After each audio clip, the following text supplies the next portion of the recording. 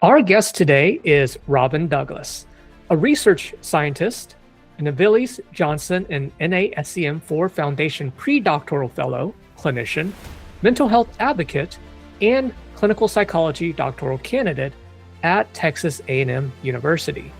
Her research agenda utilizes mixed methodologies, including quantitative, qualitative, and community-based participatory methods, art-based inquiry, program evaluation, and photo voice to explore how critical consciousness, civic engagement, and healing-centered approaches can address the mental health toll of systemic inequities on youth well-being.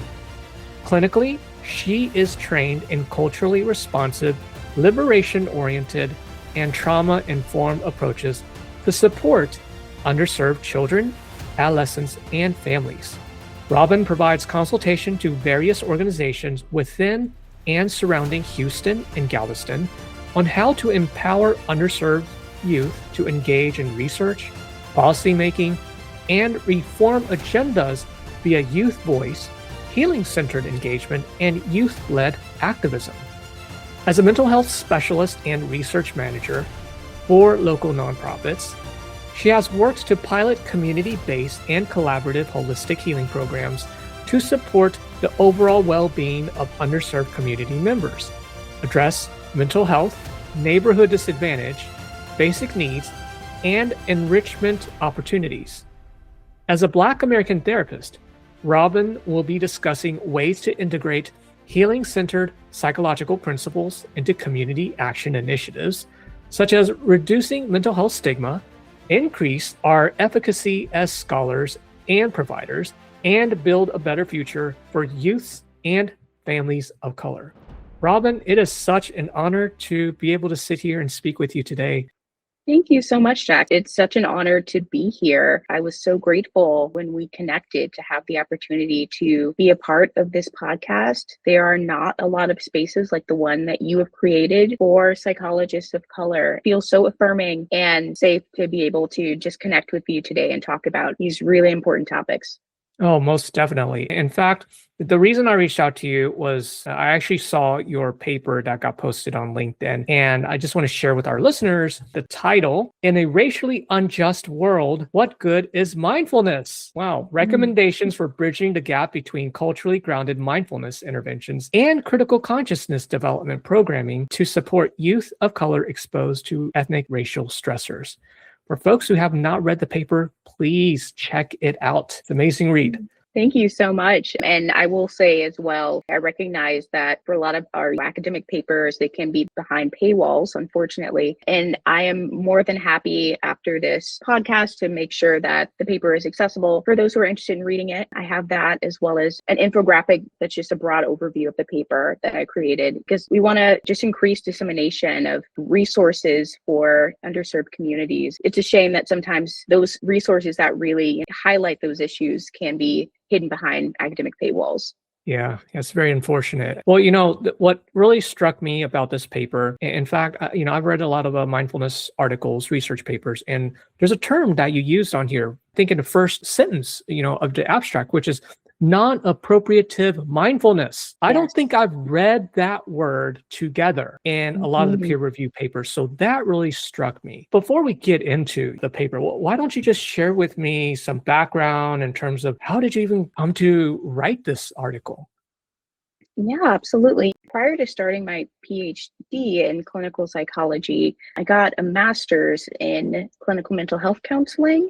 So mindfulness has always been a huge resource and a topic that I've learned about throughout my training. And I think in the beginning, as I've learned about mindfulness through a very academic lens, it's talked about as this practice. It can be utilized in therapeutic sessions for stress reduction as a way of helping to regulate people's nervous systems, something that's seen as very calming and something that reduces tension. And I think that is absolutely true, and something that for a lot of youth of color, and especially youth who don't have a lot of resources, it can be really hard for them to get in contact with their body and to be able to be responsive to the somatic distress that they're experiencing, especially if they don't necessarily know how to put what they're experiencing into words, a lot of that distress can come through in their body. And so it's always something that I've been interested in looking at, mindfulness, but something that I've also constantly been a bit frustrated with was the way that mindfulness practices seemed to have been siloed in our training programs to just be sort of viewed as this coping skill that helps youth to regulate when they feel distressed. As I've learned more about liberation psychology and I've been able to connect with and collaborate with a lot of really brilliant other psychologists of color who are Buddhist and who come from other indigenous communities that practice their own forms of mindfulness, it's helped me to also recognize that, like, at its very basic roots, mindfulness is a practice that is rooted in Buddhism. And it's a practice that has been utilized by Asian communities and by other indigenous communities for centuries, not just as a way of regulating one's nervous system or on an individual level, a way of coping by connecting to one's environment, but also as a way to sort of reach this pathway towards enlightenment. It's a deeply spiritual practice, and it's a practice that for a lot of folks is very cultural and very tied to their families and their ancestors. And so it's something so much bigger than I think what it can sometimes be reduced to through a Westernized lens, right, of a way of regulating distress. For a lot of folks who practice mindfulness, who practice Buddhism, getting more connected with one's environment also means one is getting more connected with the type of stressors that are going on in one's environment, being more aware of oppression as it's taking place in one's community, being more connected to what those around you are experiencing through a more collectivist lens. And that is such an important aspect of mindfulness that I think is often left out when we're thinking about utilizing these practices to support youth, when really, at the end of the day, what I think youth of color need more than anything is to be more connected to those ancestral, liberation-oriented ways of practicing, getting in touch with their emotions, getting in touch with their own bodies, and getting in touch with their communities.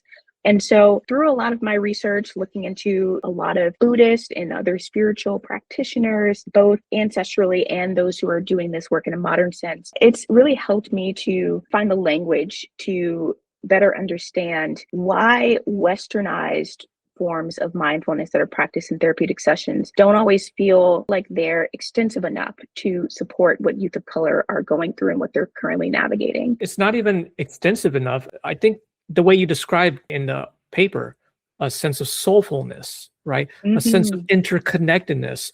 Oftentimes it's practiced very individually, and we're here to change the youth or the kiddo or the individual. We don't see the connection that mindfulness is something that's larger. And I also want to highlight something that you have mentioned in a concept, which is in the West, mindfulness is a practice that follows, I quote, the discriminatory and oppressive logic of mainstream institutions. So school and workplace settings may implement mindfulness programs with explicit aims of increasing loyalty and commitment, or to reduce turnovers and so forth. Right? It's all within a context of a capitalistic, oppressive system, as opposed to, wait, why are we doing mindfulness in the first place? Is it, you get some symptom reduction, but we need to think bigger here. Absolutely. Yeah. And it also doesn't always hold space for the fact that if you are feeling dysregulated, if they are feeling angry, if they are feeling stressed as a response to the world that we're living in, and in the context of the paper, I talk about, racial and ethnic stressors like discrimination, disparate rates of poverty, disparate rates of healthcare access. It makes sense to be dysregulated. And if we're only looking at mindfulness through this very siloed lens of just a way of calming one's nervous system, we're not also holding space for the ways that mindfulness can be utilized as a pathway of connecting with others and being intentional about engaging in revolutionary practices that can help to combat some of these stressors that are rooted in systemic oppression. Yeah. And, this paper is devoted to mindfulness interventions for youth of color. You mentioned, I guess there's a lot of stuff that's going on right now, socio-politically. Can you share with us what you want to say in terms of how we can use mindfulness practice in a way that can help and benefit youth of color? But for youth of color in particular, as they're seeing these things on a national and an international scale through social media, have really been responding, as we see in the research, and in ways that show that they feel overwhelmed and they wish that they had some sort of outlet to be able to not only express how distressing these things are, but feeling empowered and autonomous enough to do something about it so that they can live more healthy and more connected, more liberated futures. And so a big part of the research that I also look at is critical consciousness development in youth of color. And critical consciousness has been found to be this really great process that helps youth to be able to not only acknowledge the ways that systemic factors could be influencing their life in negative ways, but it reduces the likelihood of them internalizing some of the issues that they might be noticing happening within them and within their communities that they wish were different. For example, we find that for a lot of Black youth who are living in communities where there's higher rate of gun violence, this can sometimes negatively impact their racial self-esteem, their sense of pride in their communities. They can internalize a lot of the distress that they may be feeling in reaction to the trauma that they're experiencing. And so it can become very easy for youth to start associating their identities in their communities with trauma and with distress when they're seeing it on a daily basis. What we find in critical consciousness work is that the more that you're able to connect with Black youth who live in these environments and to show them that there are institutions in place that make it really difficult for communities of color to feel safe, to have the resources that they need to heal, to find alternatives to using violence as a way of getting the resources that they need in the world, then it also shows them that this isn't an issue with me. This isn't necessarily an issue of people who look like me or who grew up in communities like me. This is the result of not getting access to the resources that we rightfully deserve.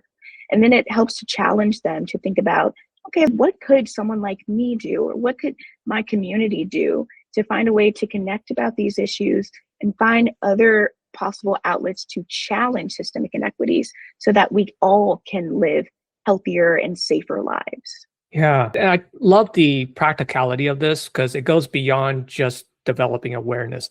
It's awareness plus steps that you can take to engage in a connection that you are not alone in this. And as you were describing that specific example, and it's actually not unheard of when working with Black youth, is this negative feedback loop that I see this violence happening in my communities. So I develop an internalized bias within this oppressive racist system. And that creates the feedback loop. And we need to disrupt that. And part of what you're proposing here is, hey, let's look at what systems are doing to create this feedback loop. So you also talked about ways in which they can be proactive. So they're not passively consuming this knowledge, if you will, this oppressive knowledge. What are those practical things?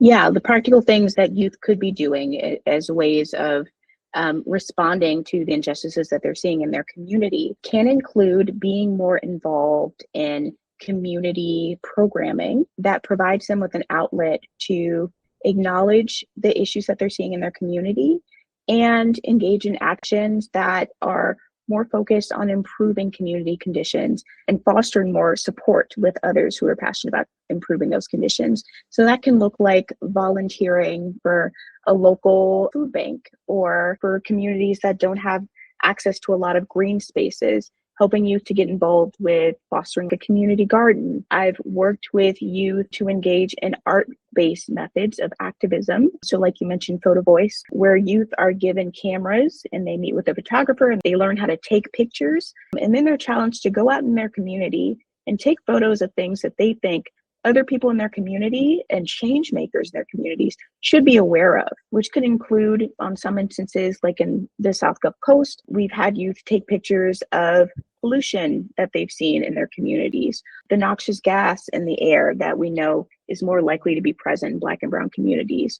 Or we've had youth take photos of community members that they view as these pillars of greatness in their community that help them to feel safe. So it could be things in their community that they want to change, or good things in their community that they think people don't know enough about. And they use art as a way of capturing these things. And then they put together a community exhibit where they show their photos and they let community members know what they are passionate about as youth. And what we found is that this process helps youth to be able to strengthen their voice. It tends to lead them to have higher self-esteem. They tend to have higher future orientation because it shows them, maybe I have a pathway in the future of being an artist or being an activist or researcher. It helps them to feel more connected to their community, right? Working with peers who are also passionate about these things. And it helps to reduce stress. And so engaging in activities like this, where we're pairing youth with other community members who are passionate about making change, and we're allowing them to be at the forefront of conversations where they can really brainstorm and think of ways of championing positive things in their community, not only helps youth on an individual level, but it helps communities as well. Wow. They're invested in the activity and the community. That builds Absolutely. then the connection. Yeah. So, this work is a commitment. In fact, most people who are doing their dissertation, I mean, the fact that you got this published prior to your dissertation, phenomenal. Mhm. And so most people would not recommend, oh yeah, do the easy quantitative type of research, but this is very involved. Okay. Yes. And so I'm curious, given your commitment and the amazing work that you've done as a person of color, what were some challenges that you faced and overcame that you would be willing to share? And I think being raised in an environment where I was often seeing the results of a lack of sociopolitical involvement really inspired me to foster a career where I was constantly reminding people about communities like my own. And so before I even had the language of like what it can mean to be a psychologist or a scholar or an activist, my early experiences of witnessing distress in my community really inspired me to just do everything that I could to foster connections with other people who were passionate about uplifting underserved voices. I think having that basis of experiencing some early childhood struggles has always helped me to just be reminded that for a lot of communities of color, our strengths often come from collectivist action, from mutual aid, from pouring into one another, from engaging in art through engaging with our spirituality, and viewing these things not as just sources of outlets of like hobbies or just things that you can do to sort of let off some steam, but as like culturally grounded and sacred practices that are necessary to heal communities of color. And so I think, all of that basis is what constantly I'm keeping in mind as I'm both being trained as a clinical psychologist that is trained in the West, but also one that has a lot of roots in something that feels deeper than just the West, right? It's something that started with my ancestors before they were even in this country, and engaging in a lot of work to try to get reconnected with those more ancestral practices and collectivist practices to ensure that the communities that I'm serving here view what they already have to heal as sacred strengths. And then they receive the additional support that they need from institutions like the one that I'm currently at so that they can thrive and that we can challenge these conditions. Yeah. So it's almost as though you got here by thinking through your own experience as a youth and really to make your environment better. And beyond that, there is this thread of vitality of living generations that is going forward as the way you are describing your work. And I can feel that when I hear you talk about your contributions. And so I'm thinking about you, that's what's needed to overcome these challenges, because this isn't a one generational thing. This is historical Absolutely. moments of oppression that is happening. And it just carries on. So it's going to take more than one generation. Yeah, I completely agree. And it also reminds me of even just in the field of psychology, right? There are so many Black American psychologists who came before me that really paved the way and gave us the language and the structure to understand how we can do the best that we can to serve our community and to look at our experiences as sources of strength as opposed to sources of weakness or growth areas, right? Or things like that. So I completely hear you. I think, we're all just one strand along a much larger tapestry of healing and of connection and wellness to keep our community strong. What I'd like to ask for you today is, what does it mean for you to be a Black American therapist or a scholar or activist?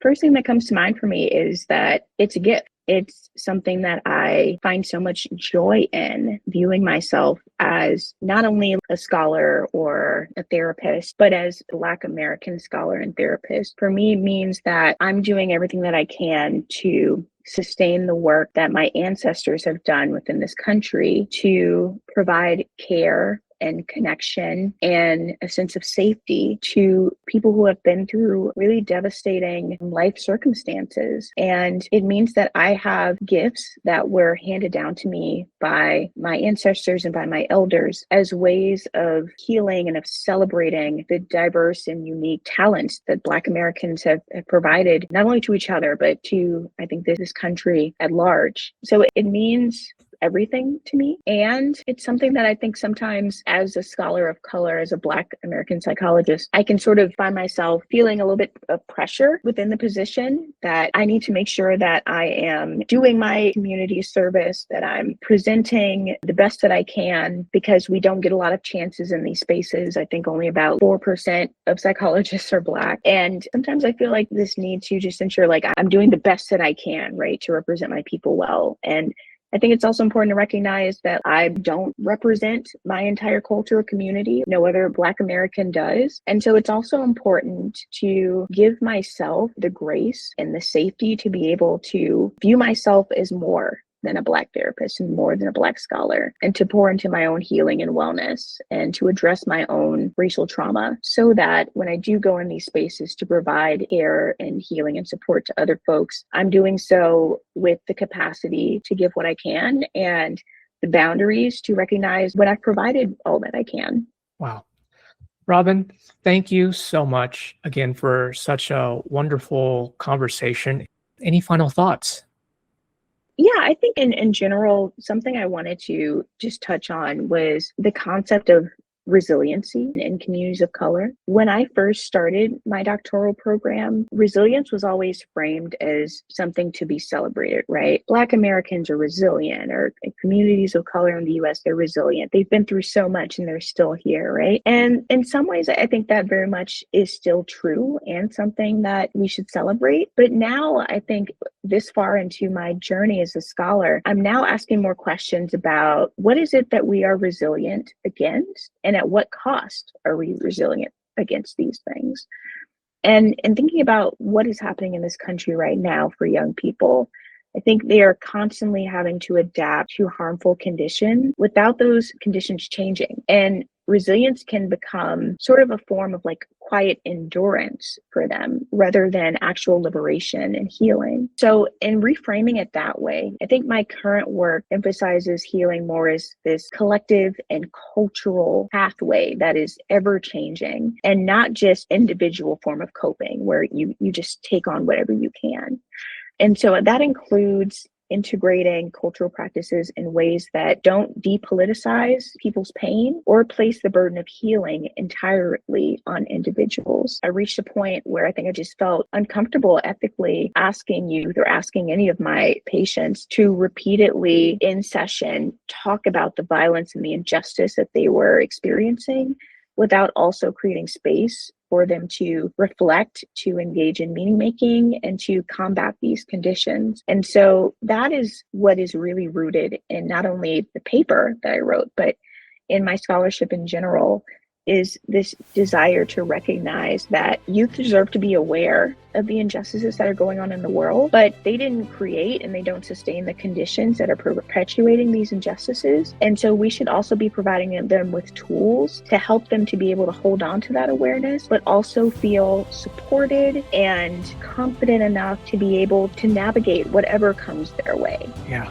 In fact, when you mention resilience, I'm thinking, gosh, resilience itself becomes oppressive because it takes away the responsibility of the oppressive environment by saying, well, you as an individual need to become resilient. What are you resilient from? Yeah. Again, thank you so much for talking about this paper, about your work, and truly best of luck to you. And I wish you well. As well. And thank you again for the opportunity. A huge thank you to our listeners.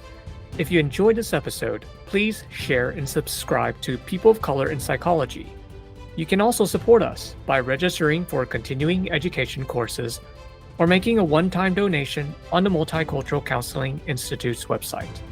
Your feedback is important to us, so feel free to send an email, a message on LinkedIn, or leave a voice message on our website. Until next time, this is your host, Jack Sun.